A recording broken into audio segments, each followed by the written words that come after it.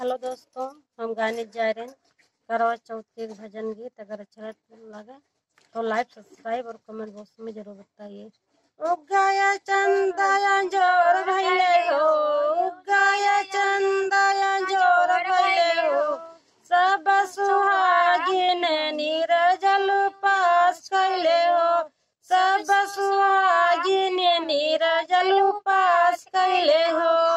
उगाया चंदाया जोर भैले हो, उगाया चंदाया जोर भैले हो, सब सुहागिनी करवा पूजो देर भैले हो, सब सुहागिनी करवा पूजो देर भैले हो।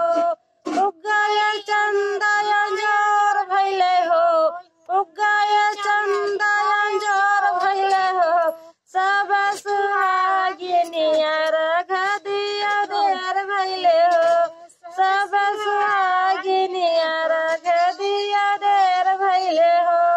उगाया चंदाया जोर भैले हो, उगाया चंदाया जोर भैले हो, सब सुहागिनी गौरी के सिंदूर चढ़ावो देर भैले हो, सब सुहागिनी गौरी के सिंदूर चढ़ावो देर भैले हो।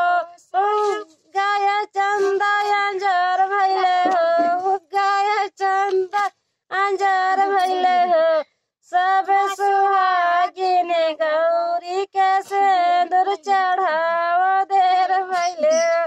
गौरी मैया दे आशीष सब सुहागनी के सजनाया मर रहे हो, गौरी मैया दे आशीष सब सुहागन के